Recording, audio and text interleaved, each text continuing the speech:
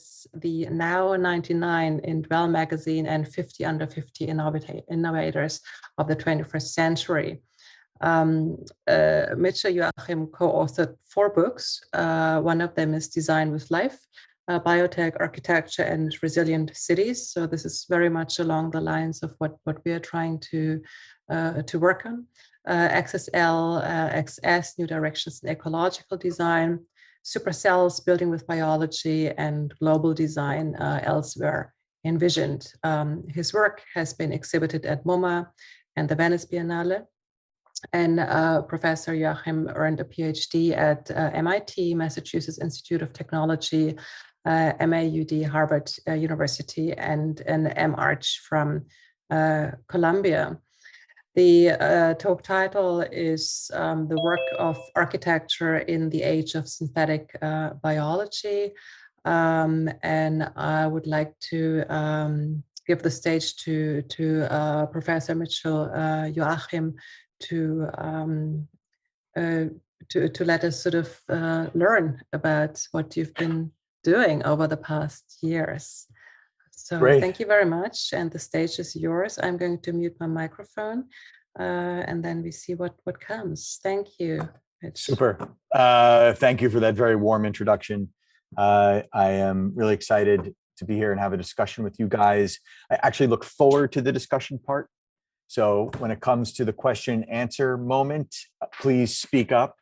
I prefer students or some faculty to not be reticent or taciturn, but to actually contribute to the conversation. I enjoy criticism, so bring it on, or comments, totally welcome.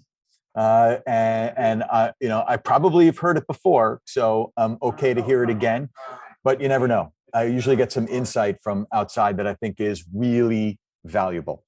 So I'm going to start sharing the screen and be showing you what we've been up to for some time. And now I'm asking, does that look okay? Can everyone see that? Is that all right? Okay, good. So we're a 501c3 nonprofit organization. So we're not your regular everyday architecture office. We're just not. We are a team of people that work together collaboratively. As most things that I do is more of a referee. So with the design team and our research, I ask the same amount of questions everyone else does, and we work towards getting to a much better project. That is kind of the goal. This is our single overriding predicate that we work under as our objective, and that is wildlife population is 50% less than it was in the 70s. That means we're killing everything. That's when I mean we, I mean folks in architecture, urban design, real estate, planning, any kind of development. We are destroying habitat, and that comes down to every 9 minutes, another species goes extinct. So you're responsible, I'm responsible, and many other people, and we could do something about it. And I think that's the goal that Terraform works under. This is the white rhino, and this guy is, well, it's not a guy, it's a female. There's only 2 left on the planet Earth. My daughters, who actually live in Constance in Germany, they will never see white rhinos again. They are effectively extinct. So if every 9 minutes we lose another species, every bird, insect, mammal on this planet, we can expect more of this event happening. It's just unacceptable.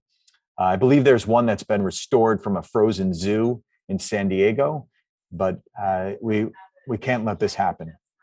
What we do today is in the field, especially in architecture and in development, we have these paint by the number systems to do good. And essentially what you're looking at is an amalgamation of everything from active house to well to LEED, Energy Star, BREEAM, all these systems from Asia to the United States and Europe that give you points for making a building green. Well, less than 5% of those points goes towards biodiversity. Let me say that again. Less than 5% of all the possible points goes towards the context that the buildings are in. And that is just not acceptable. Some of these systems are slightly changing, but we've got to do better. So our work is basically predicated on the idea of design against extinction. That's kind of where we're at and what we think about when we do these projects. And that really helps us understand our kind of mission and the task, if not the wicked problems before us. So one of the major issues is that there's so many of us.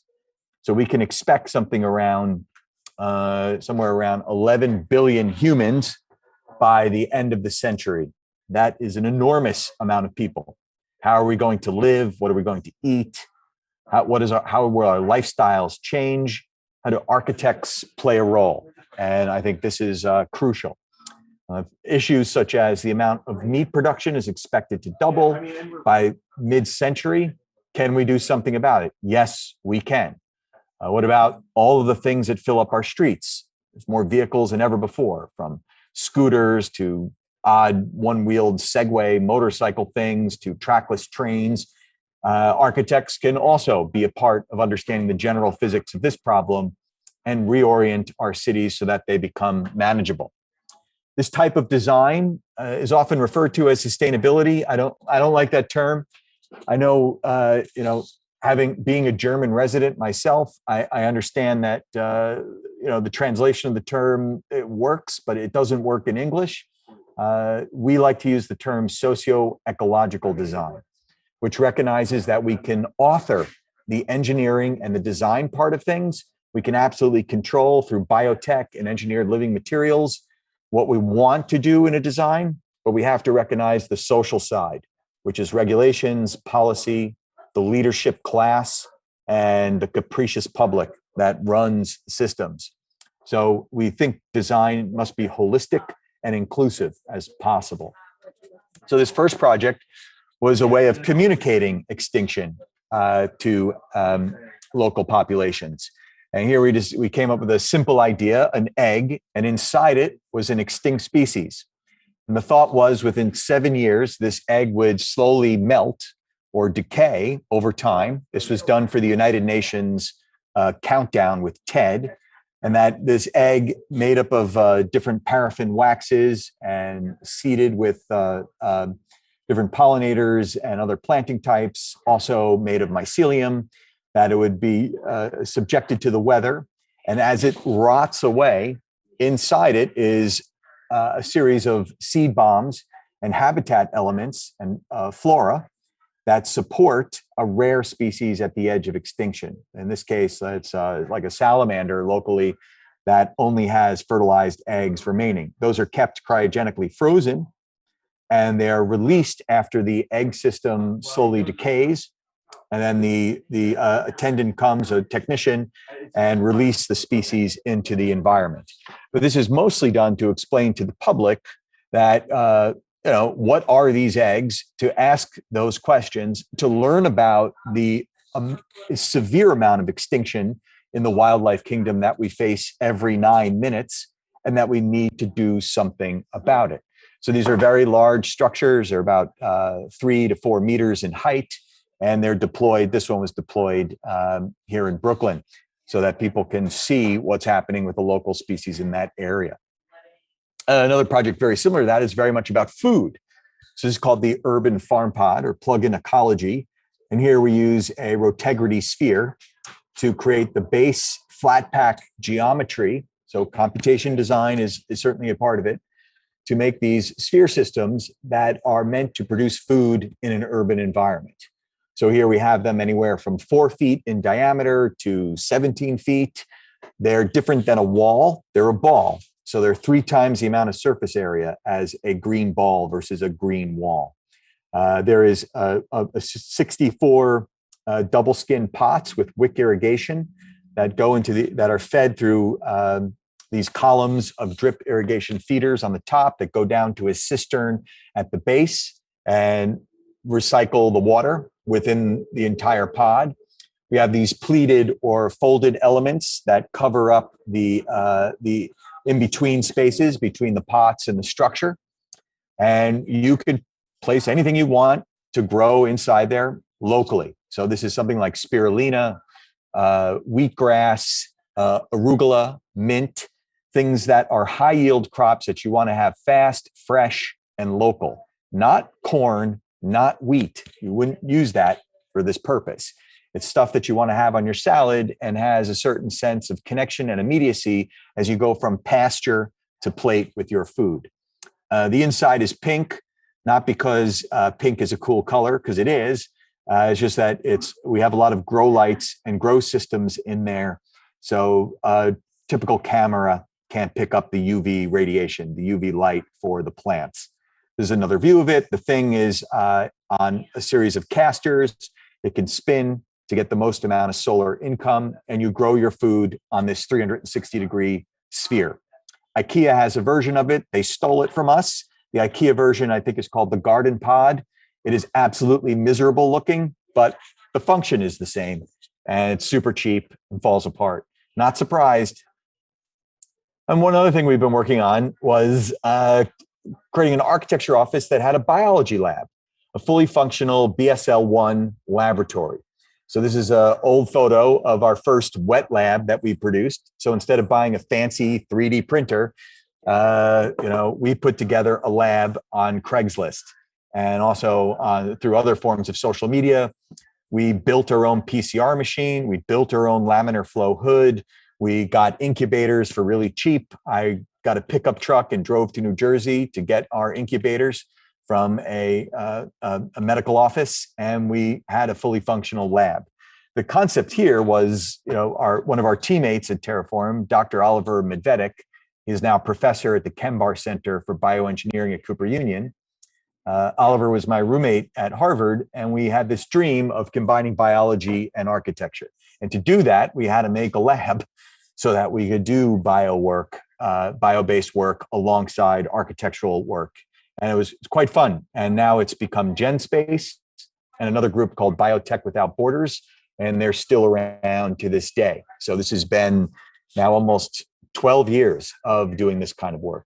Here is an earlier project that came out of that lab. It's a combination of 3D printing and then bioprinting.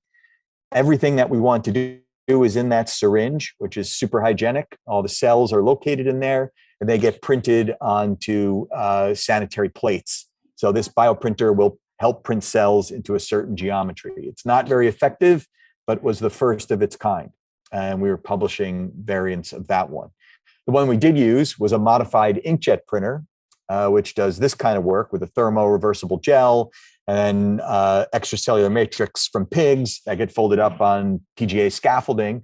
But we're able to print a geometry from an immortal cell line to make something like this. This is not our work. This was done at Harvard, and this is where Oliver had studied. But this is to make bladders for patients who have cancer. It's a simple organ, has no immunological system, no skeletal system. It's just a bladder made from cells, pig cells that get put into your body. We thought, can you use this same technology to make leather handbags, to make leather belts, leather shoes, where no sentient creature is harmed? It's a victimless project. Eduardo Keck and Oren Katz are other sort of bio artists that have done similar work. We imported this into industrial design and architecture. There's now a company called Modern Meadows that prints leather for clothing. This was one of our early provocations. So there's a project meant to get people angry or at least interested about architecture and printing meat. So the concept here is based on a typical stud construction system you find in suburbia, but here it would be what we call meat tectonics, with fatty cells being insulation, sphincter muscles for doors and windows, cilia to deal with wind loads, and all of this printed into large sheets that get folded up into place. It's not meant to stay alive. Essentially fill it up with sulfates and nitrates, curate it to a form of beef jerky like leather, and you have a home that is made from printed cells. We've had a lot of fun with this. We've heard a lot of people make their comments, and that's great. Since then, though, it has led to very serious endeavors in the field that have been promoting just this kind of work. When we did the first print, it was $3,000 for a centimeter of this material, as how difficult it is to get the cells and then to print them into a shape. So it was not easy to do. Now that has gone drastically down in cost. everything from other projects like the $300,000 hamburger to, again, Modern Meadows being able to do this in t-shirts, combined printed meat cells. This is called the in vitro meat habitat, along with cotton. And we had a show in Prague. We put the meat house in front of the cathedral because we could. And this is where we work. So I'm here in the Brooklyn Navy Yards. That white building is a part of the new lab in Terraform 1. We have the densest amount of creative class people on the planet. So the most amount of artists and rogue engineers and builders and makers actually are in Brooklyn, New York. And there's not too many spaces where they can build and make things. So we got a grant from Governor Cuomo to take over this military industrial complex and turn it into a cathedral for design and making, which is the space that we're in now. This is the original plans for having shared workspaces and then shared tools, water jet cutters, robotic mills, material libraries, microassembly places, areas for sewing and textiles, or for electronic workbenching, resin, casting, et cetera, all underneath one shared space. This is it today. They're at the height before the pandemic. We had over 80 companies in here doing waste, food, water, energy, air quality, all kinds of work. A lot of mobility companies are here. Terraform is the only nonprofit and really one of the only architects even here. And we kind of jump in with other designers, and in some moments, like we're working with a farm group and work on projects together. Our lab is similar to a science garage, more or less, although nowadays it seems to be everyone's working remotely and not remotely. But the idea of the space is to grow anything from mushrooms, lots of them, to tinkering with small insects, to whatever we're studying.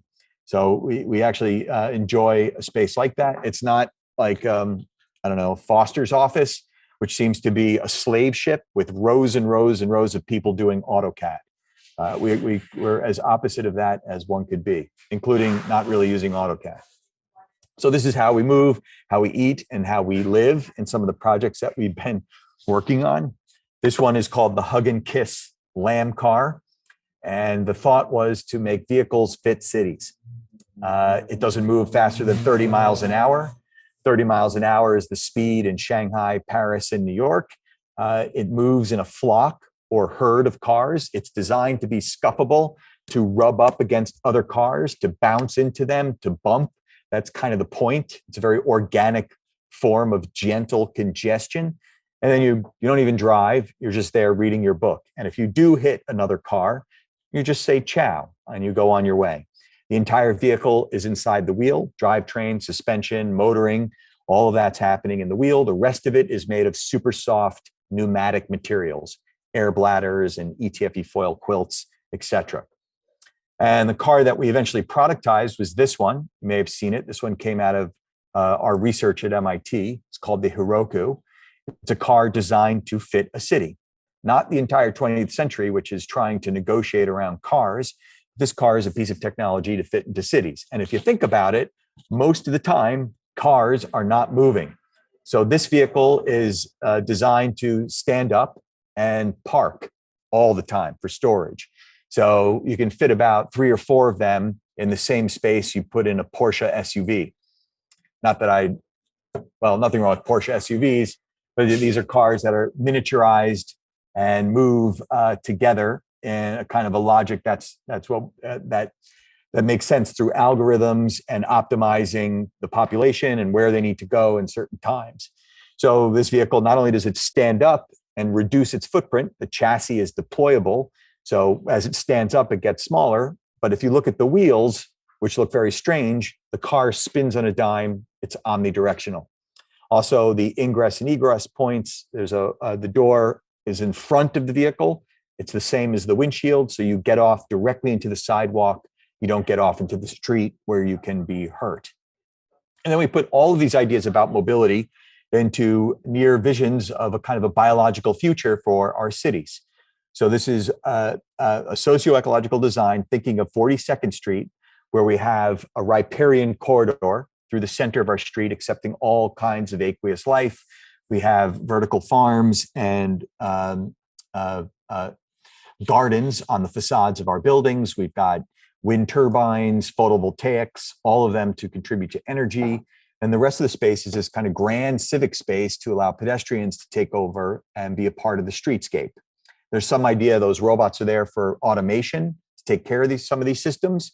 And then we have trackless trains that deal with high throughput transportation. But mostly this is a space for pedestrians to enjoy. The best way to discover a city is walking. And I happen to love it.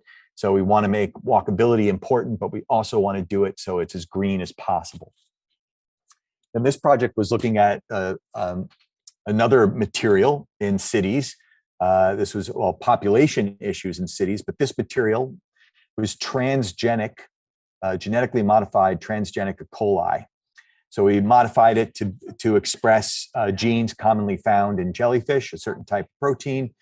We expressed two forms of coloration, a red and a blue.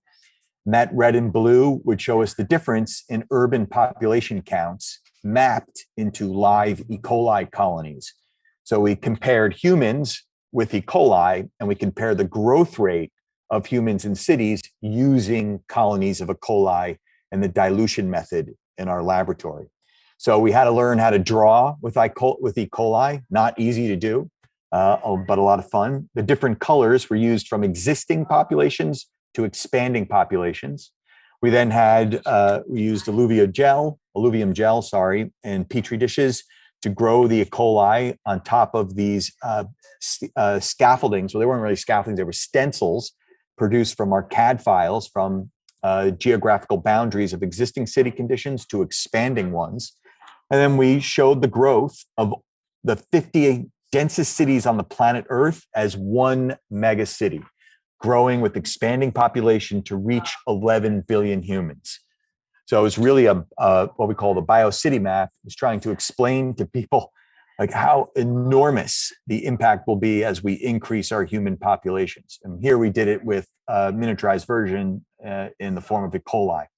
We had USB microscopes at 500 times magnification that zoomed in on the transgenic E. coli to show those colonies at scale. Well, a little bit closer on the cellular level.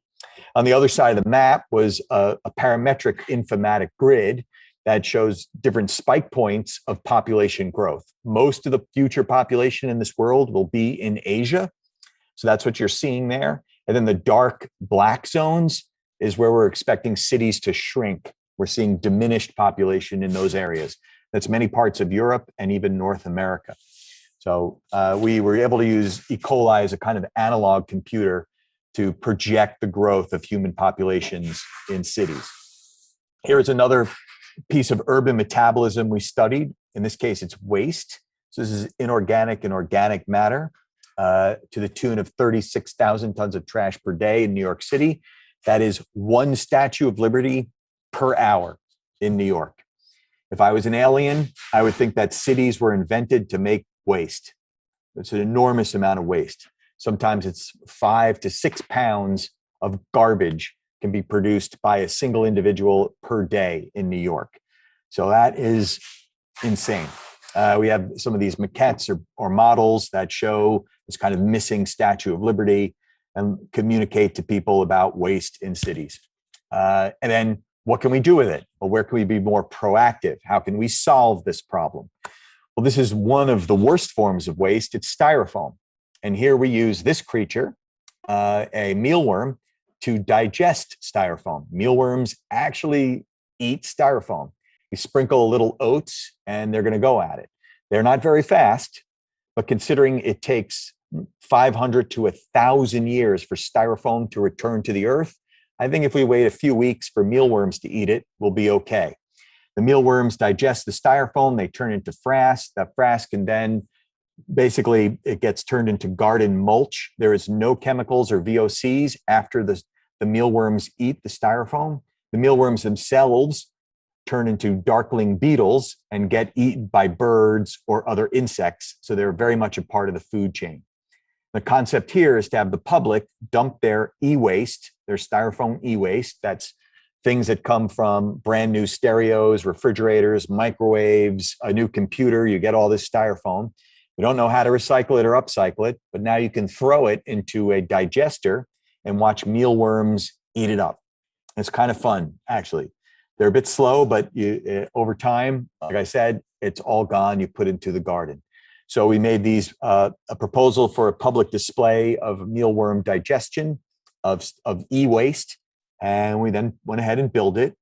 So this is a proposal for a massive farm of hundreds of thousands of mealworms, basically in recycling bins, and then a digester in the front that you donate your styrofoam to, watch the mealworms eat it, and then throw it into the garden. Above it is something we call a decomposition clock. It actually has a material signature of different types of available materials that are commonly thrown out and how long it takes for them to decay. So something like polystyrene, 500 to 1,000 years. Then there's aluminum, which you probably would never want to throw out, different types of plastics and other waste materials. So the public becomes aware that you just can't throw waste away. In fact, there is no such thing as away. It stays forever. Eventually goes to the oceans and comes back into your bodies in some other form. So here you can see the mealworms are in the base of this hypercube system. And then the farm elements are everything to the left, where we're growing more and more mealworms, ones that aren't digesting the styrofoam in that system. Here's showing some of the farms in detail. Behind them are all the mealworms. That is the clock component on the top. That's filled with mycelium to show also different materials decaying. This was located in Camden, New Jersey, which has got a severe problem of illegal dumping in that city. So we want folks to stop doing that. This is the oculus on the roof of the project. So solar income pours down, light rains down on this project to the inside, where it fills the space with the styrofoam and the mealworms inside that project. On the back, there's a number of bins that are devoted to growing weeds and grasses to help jumpstart those sites again and increase biodiversity in that particular area. And that's another view of it on site. And that's a view showing the mealworms eating the styrofoam and munching away. We help them along a bit with a little bit of oat bran. So that gets their fluids going, and then they immediately start eating the styrofoam waste. And then while we're on the topic of different materials that one could make as architects with biology, this was a novel biopolymer we created out of acetobacter, which is essentially a bacteria-expressed cellulose that you can get from kombucha tea, and combined it with mycelium. That's the root base of a mushroom, dendritic roots of a mushroom. In this case, it was reishi. We combined those two to make a novel biopolymer. The thought was, what can you do with it? Sometimes you design with biology and you don't know, where can you place this material? So our thoughts were, let's grow some chairs. And we did. So this is the entire history of chair design in one slide. So you can check that box off if you haven't studied furniture design yet. But here we've got 19th century and before, which is bespoke, handmade, custom crafted artifacts that there's a relationship between the maker and the chair itself. In the 20th century, thank you, Bauhaus, Walter Gropius and friends. These are unitized volumes made from plastics and steel. I love mid-century furniture. This one, Charles and Ray Eames. But the 21st century is furniture that you can grow. So I can be as succinct as possible. We can grow furniture in a lab. Let's do it. So here is one of my daughters. She's in Germany, and she's in kindergarten in a chair that we grew. So Daddy grew a chair, and she told her friends that not only did Daddy grow the chair, but you can eat it. And I think that was exciting to the kids. It doesn't taste good, neither does glue or your crayons, but it's a chair in kindergarten that is grown in a biology lab. In this case, this one we made took 21 different PET molds to make this one to the geometry it was made in. And this was done now, it's like 12 years ago. We've learned a lot since, but we were one of the first groups ever working with mycelium. Phil Ross and Ecovative were friends of ours, and we have been perfecting it ever since. We've since moved on to making large-scale chairs for adults made from plywood in a triply curved parametric structure that then is filled with agricultural waste, cotton husk. It's then acculturated with reishi. The reishi grows and dendritically replaces the cotton husks, and you get this beautiful triply curved surface made out of essentially the mushroom material. It takes 7 days to grow. We apply heat roughly at 140 degrees, and it petrifies. And here is a chair that's quite beautiful, triply curved, architecturally designed chair or engineered. We call this an engineered living material, that when you're done with this chair, you throw it into a garden and it feeds thousands of other forms of life. It's completely compostable. And then just a few more projects, and then I'll get some Q&A going, but I'm on time, surprisingly enough. This is a project we've been working on for a very long time. It's pleaching or grafting woody plant matter together to form singular vascular systems. This is not new. Living elements in architecture, or engineered living materials, ELMs, is the new hot thing to research in architecture. Previous versions have been this sort of a willow construction done. There's one in the Netherlands, another one in Italy, or this project on the other side, the BIC building or the BIQ building by Ove Arup. Here has biomass or algae in the facade systems. But using living materials inside your building, we think is the future, especially for your generation. It's just building with concrete and steel doesn't make sense anymore, especially when we consider issues of sustainability. So our earlier proposal was this one, making homes where there's no distinction between the landscape and the dwelling itself. So it's made of grafted woody plant matter. And then how do you produce this at scale? So here we have these bioreactors that grow ficus, the tap roots, into one long 3-meter root. We basically tease nature. So we look at the hormonal signature of the tap root. We give it nothing but darkness and moisture, but no soil, which causes it to grow longer and longer and longer. And then when we get it as this big wet noodle, we pull it out, we put it on a scaffolding that's been computer milled, and then we tap it into soil, and then it lignifies, gets bark, and creates leaf propagation. So we have been doing all different kinds of studies with different lighting conditions, grow light conditions, different pleated surfaces for grow chambers at different scales, and different forms of ultrasonic misting to moisten the root structures so they grow longer and at higher rates. But you basically get a root that you eventually will turn into a plant, and it's graftable and becomes an architecture. So it's sort of wet plant architecture. Here we are experimenting with different types in different growth chambers, different lighting scenarios, and constantly shifting and reworking this model. So and eventually, we got to systems that were pretty well optimized, more or less coming from the Israelis, because they're great with hydroponics. So we have a black box hydroponic system that grows roots that can turn into architecture. That's what you're seeing here, is this ficus growing at high throughput rates. We then moved over to something else. Curiously enough, in Germany, we saw that there are these large scale biomass farms that grow willows to very large sizes.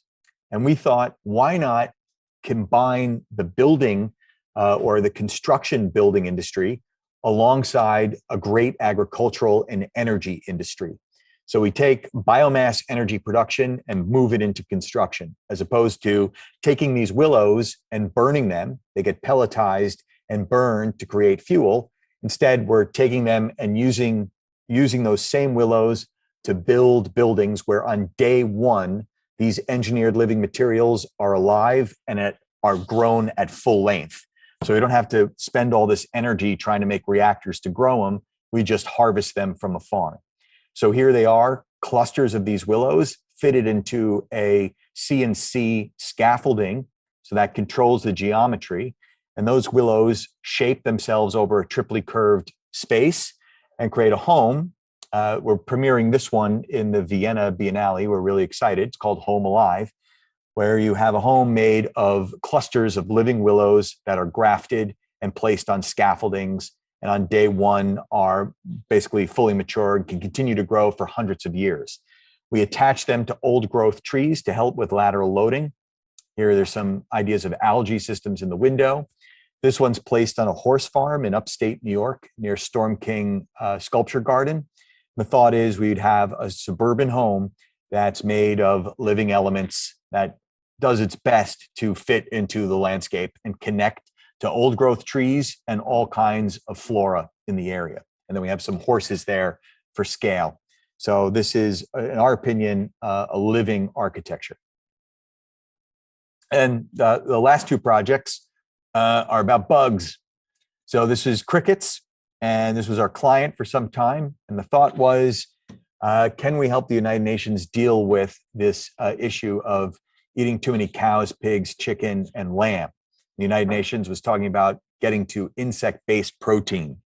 And if you do the numbers on that, it's roughly 2,000 gallons of water is saved when you eat flour produced from crickets versus protein from a cow. It's the same amino acid structure. It's actually a great source of protein. I do not want to eat an actual bug, even though 80% of the planet eats bugs. But Europe and America does not. You also save 300 times the amount of greenhouse gas emissions if you eat protein, alternate forms of protein from insects, as opposed to cows or pigs or chicken. So this was a comparative analysis of 100 acres of land. One is in an urban area where we're producing cricket flour, and the other one is open land for cattle production. You can see you get the same amount of protein, but you save enormously on water and greenhouse gas emissions, including even carbon delivering the materials to the site. So you actually you go directly from pasture to plate if you grow your food, your meat, inside cities. So here we are working on different elements to create spaces for the crickets. This project is called the Cricket Shelter and Farm. There's 320 of these bio units that allow the crickets to live for about 2 months, and they die naturally.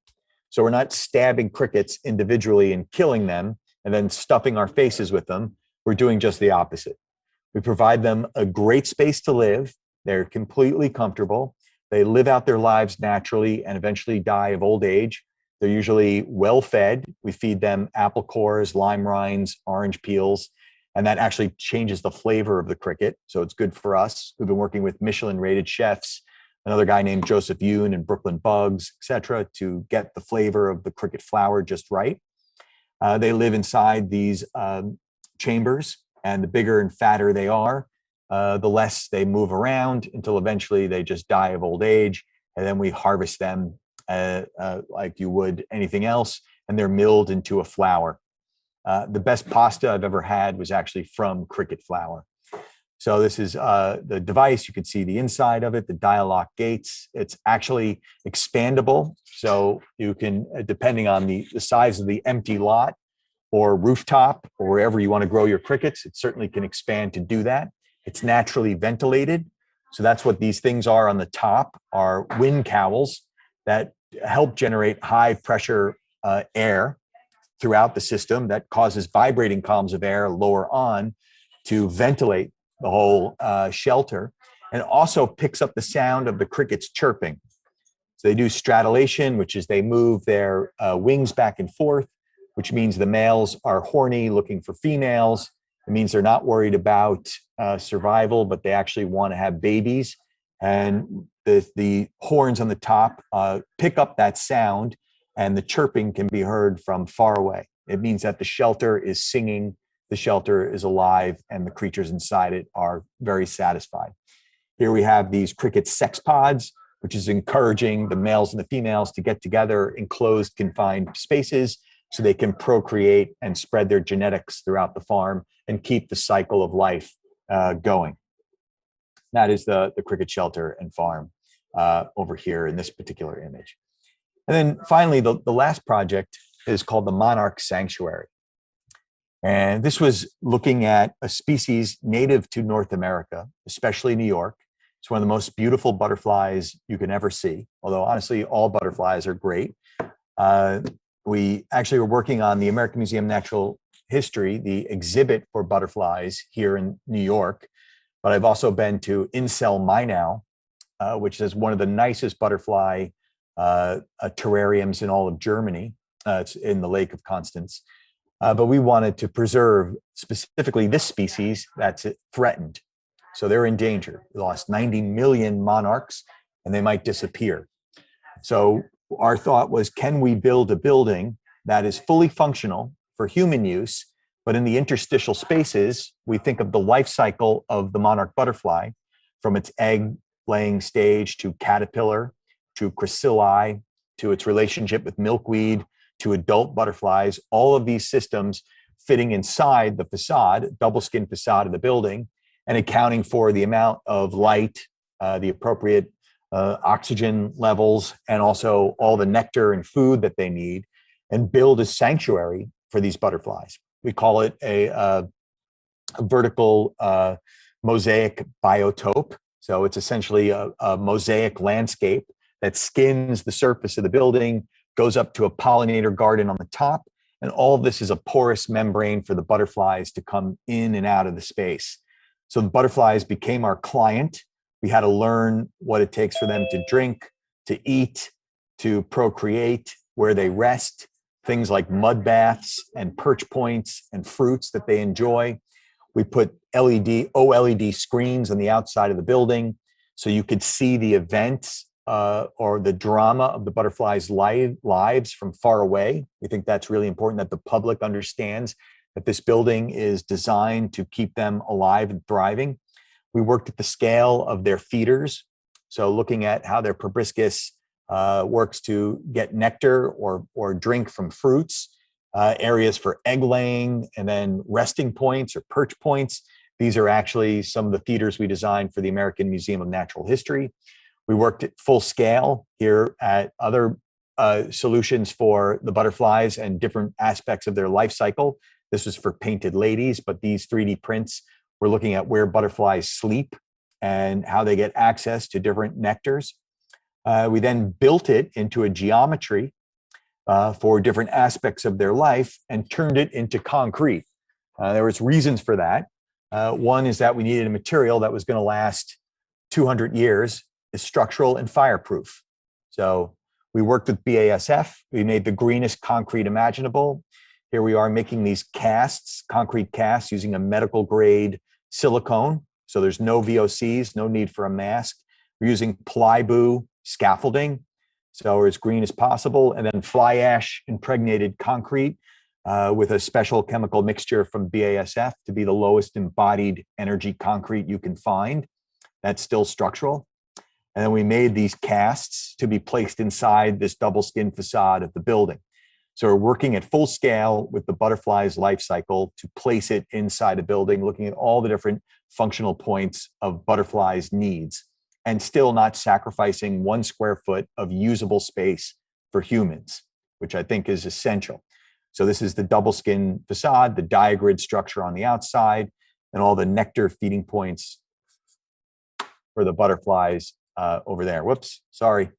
We went haywire for a second. So this is the actual facade with bioplastic lashes to direct the butterflies.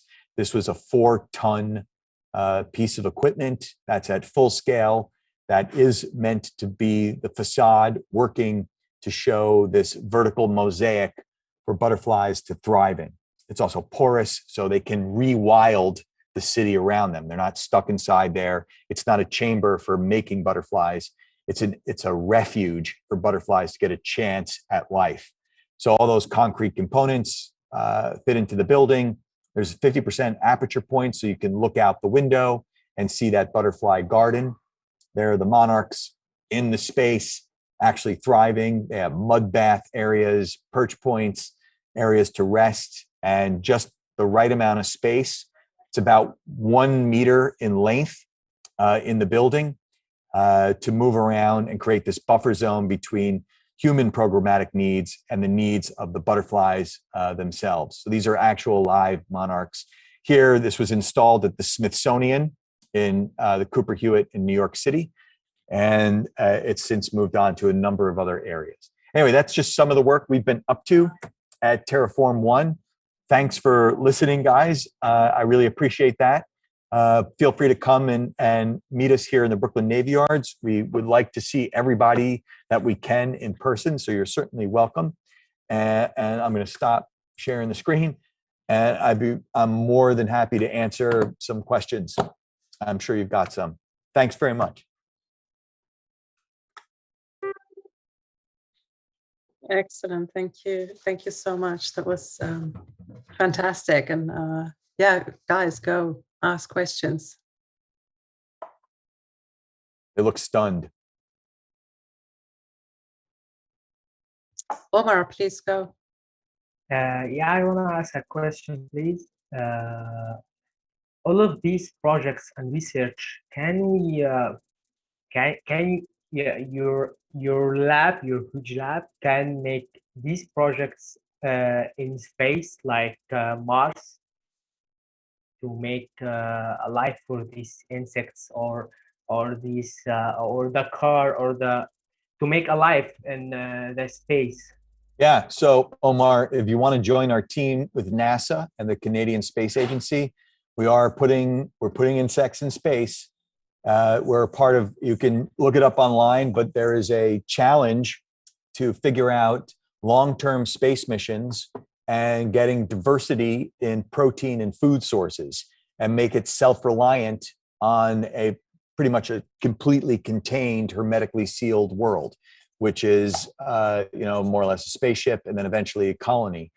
So we are looking at providing a farming system and then a clever way of printing food for astronauts. We call the project Astronosh, which is a little bit of a joke, but astronoshing is a thought, and it's only architects can think of printing food and growing it from insects. So we've got a pretty good team. We're working with the Rhode Island School of Design and Peter Yeadon, and we're going into our next phase in June to work on this system and see if bugs in space are going to work. It's not going to work if astronauts don't like eating them. So we got to make sure that it's hedonistic. It's got to taste phenomenal, and it's got to look good. And you don't want to think you're eating bugs either. But if I told you what's in a gummy bear, it's disgusting, but you'd still eat a gummy bear. And don't forget lobsters. They're the craziest, scariest thing you can imagine. They were only fed to prisoners in Maine in the United States. Now lobsters are a delicacy. So it's only a matter of time before we might be eating a flower, not an actual insect, but a flower. And we certainly can do that in space, and do that more so than bringing cows to space or pigs, space pigs. It doesn't make sense. So we can get all kinds of leafy greens with astronauts going, but Astronosh is to look at protein sourced from insects. So great question. You're welcome to join that team. It's fun stuff. Hope so. Yeah.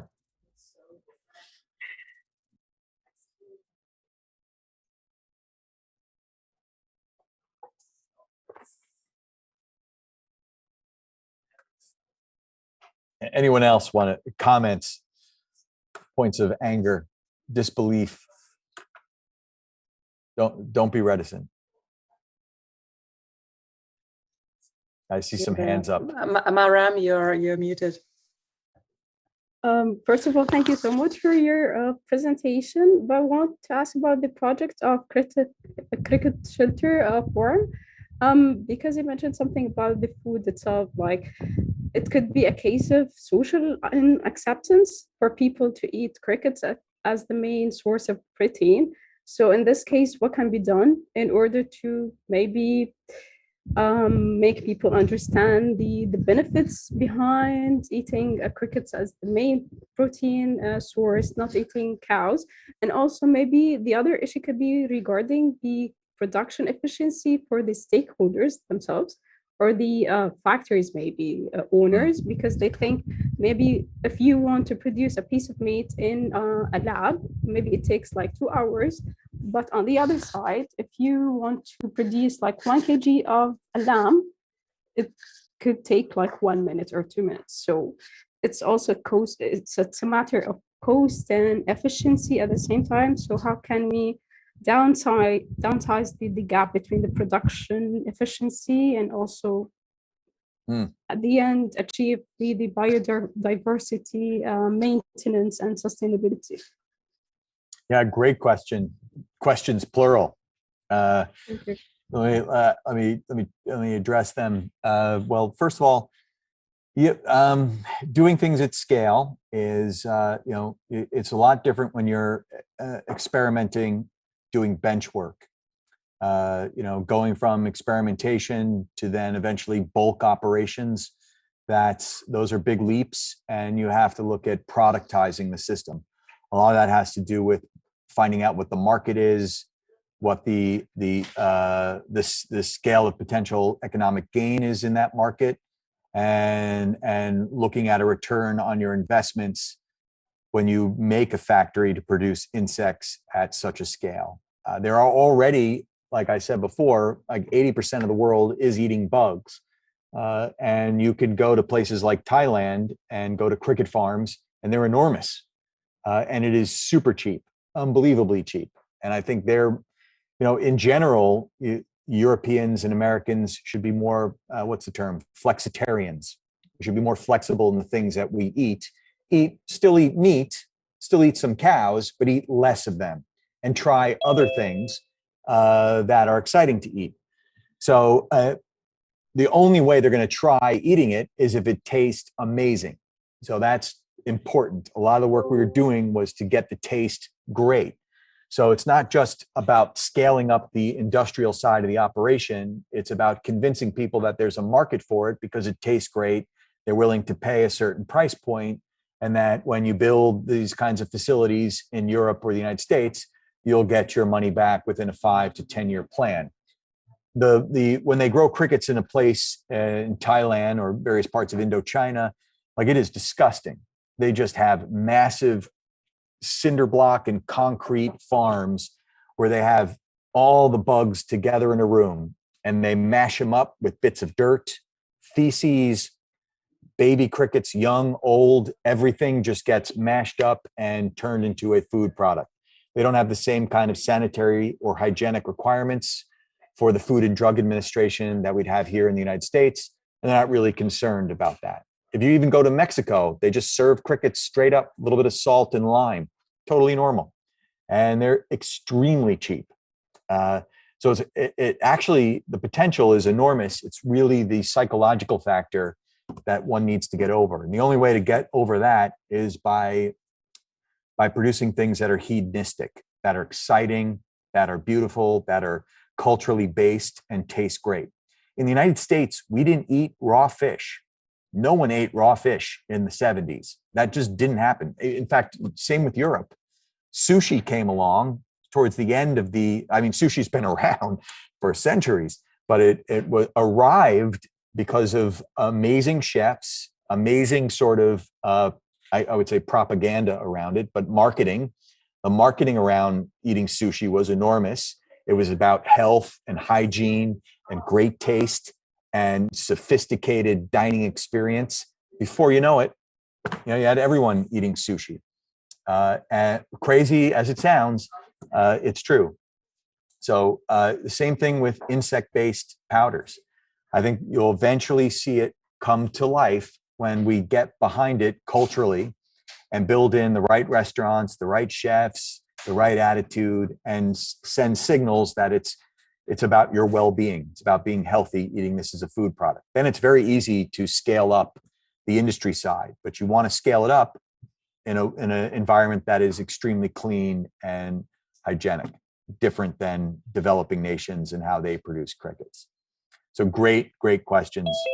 It's just I think it's a matter of time on educating people on the potentials of how good this tastes. You're on mute. Next question. There's. Babatunde? Babatunde or me? Go first. Thanks for your presentation.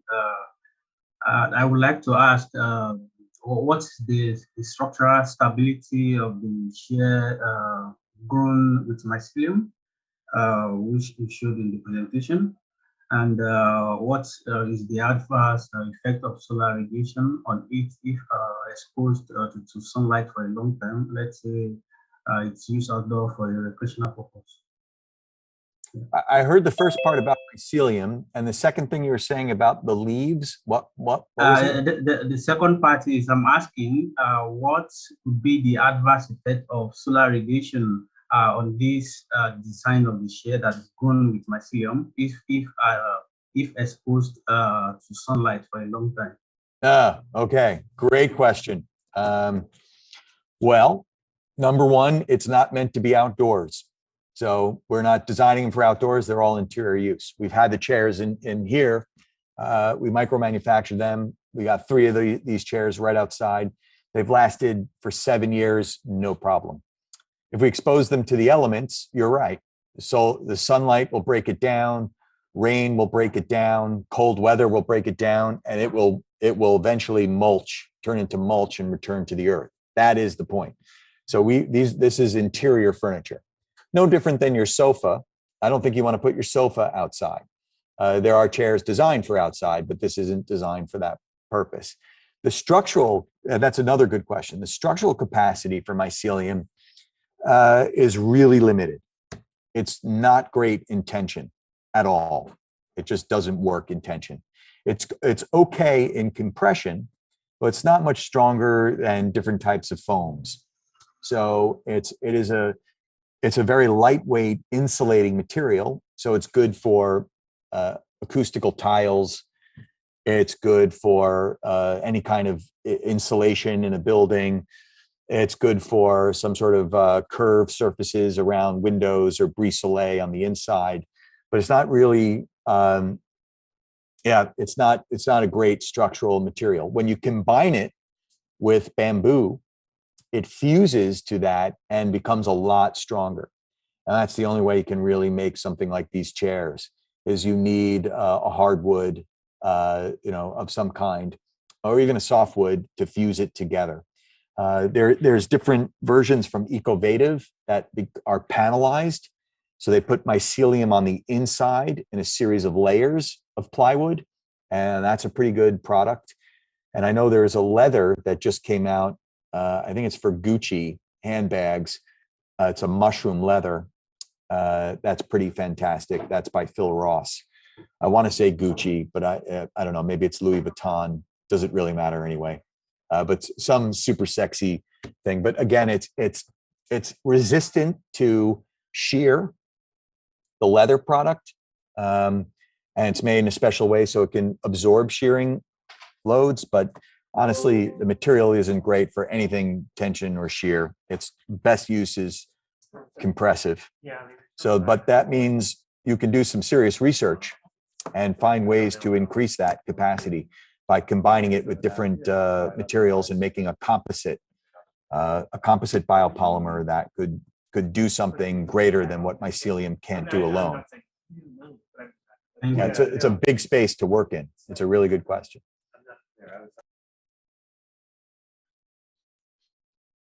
Okay. I think you're on mute. I'm not. Never mind. My question was like, when I saw this car that you showed, like there in the very beginning, like what materials did you use like to make it so, like is it like TPU or something so it would bounce off? I mean, I guess it should be like some of these kind of more softer polymers or something. Otherwise it can be a hard shell to do that. I don't know. Yeah, it's a great question. Well, essentially, it's different types of rubbers and air bladders. So it's also super light. It doesn't barely, the weight of the vehicle is negligible. The person weighs more than the car. So all of the technologies in the wheel itself, which is also surrounded by rubber and air. And it doesn't have to be one of these vulcanized radial steel wheels either. It's just the whole thing is basically a beach ball, and it's made to be lightweight, usable for X amount of time, and then the fabric can be switched out. But we were looking at different foams that you can find in sneaker technology. Sneakers are insanely beautiful. They're lightweight. They've got different types of coloration and rubbers and surfaces and textures. And just imagine if the entire body of a car was made from the similar kind of materialization that you find in sneaker tech. And then it's scuffable, you can clean it. It works for 5 or 6 years, and then it could be repaired and fixed. And you can think of a whole industry of people working, designing car bodies and getting very sexy with air-based or lightweight car bodies. Yeah, kind of like XPS. Like I have made modes out of XPS for concrete spraying, and it's like that, like this kind of foamy material and stuff. Like there is also like the same material is this HIPS for 3D printing. Like it's the same polyurethane. Polystyrene actually. Yep. Also great ideas. The idea we make cars only out of sheet metal is absurd. So that's it. Since Henry Ford, that's all we think about cars. Doesn't matter where you are, like whether you're China, India, Middle East, South America. Like all vehicles seem to be made of shiny, precious metal. It's absurd. Like we can actually, if we're going to design them to go slower and denser inside cities, we can be more lightweight in the envelope that surrounds them. And there's been some vehicles that have been made in the 70s out of fiberglass and different types of lightweight plastics. We just want to return to that and then think about using things that have no petrochemicals whatsoever. Yeah, and you can replace it like if it's recyclable, because most of these polymers are recyclable. All the polyethylene, polypropylene, all of that stuff, like it's recyclable, and plus you can make POA on your own. I mean, you need just cornstarch or whatever. You can just like replace your bumper or whatever your. So you're totally right. In the 1930s, Henry Ford grew a car.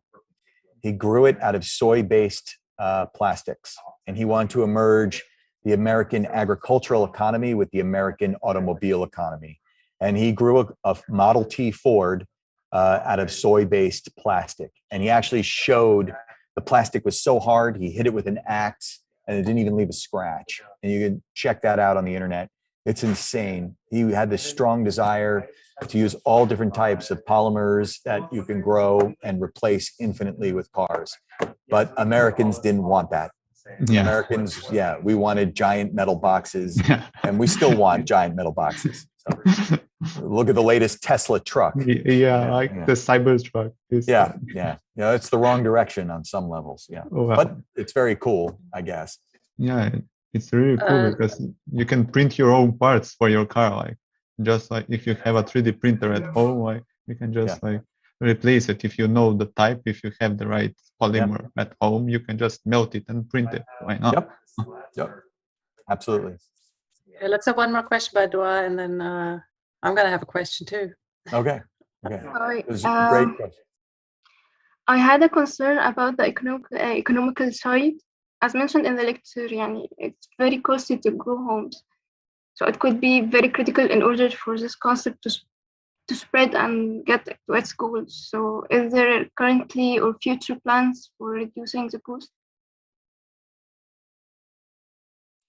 I'm sorry. So you're worried about the cost of growing homes? Is that the question? I'm worried about the cost and the relation for the concept to spread, as it's very critical for people to use it or use it. Be very economical. Yes. Those are great questions. We have been doing it for some time, and I think the small answer is your generation needs to work on different kinds of architecture. It looks like you're in the exact right program. Hello, biology, and you're in the right spot. There's a ton more work that needs to happen in this field. The field is brand new. It's a nascent field. And the things aren't comparable to the ways you construct with different types of concretes and steels. So the scale of economy isn't quite there yet. And the word isn't out. It's just only within certain circles of architecture and parts of, small parts of other fields do you even think that this is a feasible concept. That doesn't mean we should stop thinking about it. I know in TU, is it Munich? Ferdinand Ludwig is doing a version of this, and he's great. And it's just now opening up to more and more minds to getting involved. So this is the time where your generation can be a part of actually contributing to it and realizing more and more of these structures. When I was a student, 3D printing was barely possible. Now we're 3D printing houses everywhere. It's not even interesting. There's nothing interesting in 3D printing a house. It's done. So the new biological or bioengineered architecture or engineered living materials, that is pretty new. So there's an opportunity there for you to take the torch and improve, optimize, perfect all these kinds of systems, and certainly argue them. Like, question authority, by the way. It's okay to kill your fathers and mothers. That's kind of the goal, is you want to actually create change. And this represents doing just that. I mean, I was trained by people that were interested in deconstruction. Zaha Hadid, Frank Gehry, Tom Main. Like, this was what I was taught in school. And frankly, they're great. Frank Gehry is a hero. Zaha is a hero. But the work that we're doing has no relationship to what they've been doing, really. I think you have to move on and find your own path in your own direction. So I don't know how to get people involved on it besides showing that it works and working hard through years of research to make something like this actually operate at the building scale. But it doesn't mean that overnight the rest of the planet's going to grow homes. I certainly understand that. But eventually we'll get there. We'll get to this bioengineered age where we can do this at scale and at cost, and it becomes more and more accessible. Thank you very much. That was almost like a sort of, a last word for all the students here. Now, I would like to also comment on that, because if you look at the cost of a concrete building with embedded energy, with a insulation of 25 centimeter styrofoam, when you look at how these buildings are being built by people who kind of earn not very much by constructing them. So these guys could actually go out in their garden and grow daisies and nettles and woodruff and dandelion, which you can all eat, which apparently I'm eating here in my garden. So I sprinkle daisies, on my porridge in the morning, which is fantastic. And then I mix it with curcuma, and it's all free. So that. I think it's wonderful. Sometimes it gives you a little bit of a thing in your tummy, but you need to get used to that. But that's all good, and this is all very, very sustainable. And I think there needs to be like a complete change in mindset. The biggest problem we have, and this is also what the students in the design studio are currently working on, is we have that brownfield site, which is owned by, of course, a company, and that company now negotiates with the mayor and the authorities of what to build, how to build. And apparently they're discussing the same stuff that they have been discussing 25 years ago. So the idea of bringing a professor of ecology in there, or material sciences, is not there yet.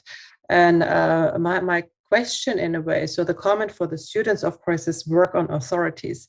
But my question for Mitchell is, how do you do this? I mean, how do you approach authorities, or have you had to approach authorities with the work that you're doing at the moment? Because these facades that you're creating, like for instance the curtain wall for the butterflies, that's completely against everything we learn in regulations.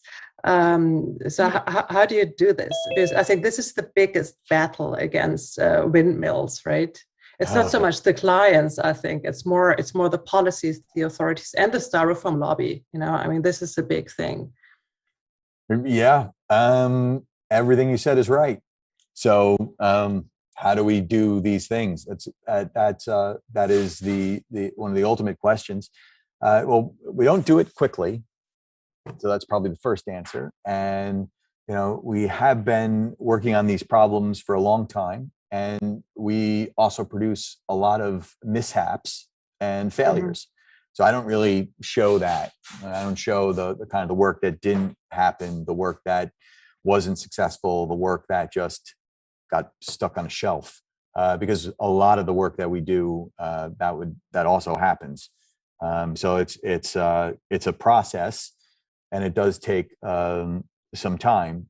But we have found something like the Butterfly Project.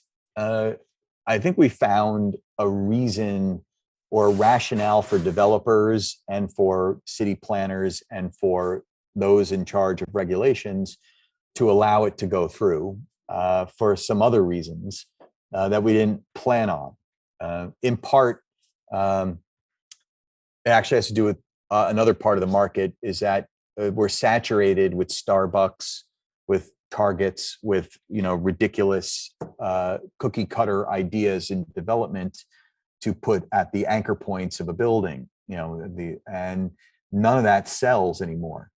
So people are looking for real differences in amenities. And amenities and marketing is actually the way in, we found, to a lot of these projects. The marketers, even BASF, has a massive marketing campaign, world's largest chemical company there in Germany. They want to save monarch butterflies. I had no idea that they were interested in that. And they're spending, I don't know, tens of millions of dollars to promote saving monarch butterflies. We happen to have a project that was working on a similar thing. We had totally different reasons for it, but they're doing it to, I would say, a little bit of greenwashing, honestly. Like, they're producing a lot of carbon. So that's a win-win, really. Yeah, it's a win-win. So yeah, so the marketing people were heavily interested in helping promote a project like this because it makes them look good. It's an actual amenity for the building. So the people, the occupants of the building, actually enjoy it, and they can go someplace else for a Starbucks, for other things that you would normally put in a building to help sell it or help make it unique. So, no one's ever really rejected nature in a city. It's just that we've been heavily interested in manicuring it. And that's probably the problem. Like, we're still, even this French guy, what's his name? Patrick Blanc, with the green walls. It's just, it's a garden, and it's good. He's good. Like, honestly, he's good. Even his blue hair, he's good. And he's French. So he's good in French, which is not always the case, but he's making it work really well. But it's not enough, frankly. And it's very, Louis XIV. It's total control, regimented control of plants for miles. And that's not the right attitude. You want biodiversity. You want things to flourish. You want unexpected results. You want moss, lichens, weeds. You want all kinds of things to just thrive. And if we can let go a little bit and feel a little more free and plan to have things be unplanned, I think we can allow for more of this kind of biodiversity elements to exist. So that's great. Yeah, I mean, in Berlin, we have apparently more biodiversity than anywhere else in the country, which has to do with the Cold War and the death strip, actually, between East and West Germany, and a lot with the trains that came over from East Europe and Russia in the Second World War. So in these sort of strips, we have an enormous amount of biodiversity, which at the moment is at stake, especially at the site also where the students are working on, because there's one of these train line brownfield sites next to the train tracks. So there's a lot to do, and I hope that the students also could see and appreciate the enormous design talent that is in the work. So it's not all like, wooden pallets or boxes. You have to design that stuff. And it's not done by pressing a button in Grasshopper. It's actually done by also drafting it, drawing it, thinking it, and the tectonics. I mean, these beautiful details, right? Sort of where you have the pipes going through some sort of a hole with like a washer and a rubber seal and so on. All these things are bespoke, designed. I just want to make everybody aware of how much fun this is, right? If you just take a drill and a few bits and pieces that you find in the builder's merchant, I mean, take $50, go to the builder's merchant, grab some stuff and build something. And I think this is how you get there. And that's extremely important, because what I realize now with the remote teaching and remote learning, we cannot access our workshops anymore. And we start becoming diagram architects and not building architects or making architects. And I think you need to take care of combining all these things, right? Because otherwise it's a one-liner and it doesn't go very far. So thanks, Mitch, for your talk, and thank you for your invitation. As soon as we can, I'm going to pop over and I'm going to see your lab. That's going to be super exciting. I mean, you know, it's an easy ride, you know, to pop over to New York, and I haven't been for a while. Of course. I am very serious. I'd love to have you. Love to have all of you guys come by. You'll get the grand tour. Talk about a brownfield site. The Brooklyn Navy Yard is certainly one of them. And I hope to see you guys in Berlin. I love Berlin. I was just there for a few months. NYU, where I'm teaching, we have NYU Berlin, which is pretty big. So we have the John Hayek buildings, and I go as much as I can. And you're right, Berlin has a lot of potential with green spaces, and it can keep biodiversity going, and the airport, and so much. Let's see. I mean, I don't know if there's any sort of, at the moment, any sort of American, German kind of collaboration things. Again, with Biden, there might be more than we had in the past. So fingers crossed on that one. Yeah, thank you very much, everybody. I would like to close the session for today. Have a great day, Mitch. Have a great day or a great evening wherever you are in the crowd here. And I see the design students tomorrow morning for the PIF, and then in the afternoon. And I'm going to see the artificial nature students next week. See you guys. Thank you very much. Bye-bye. My pleasure. Take Bye, care. guys.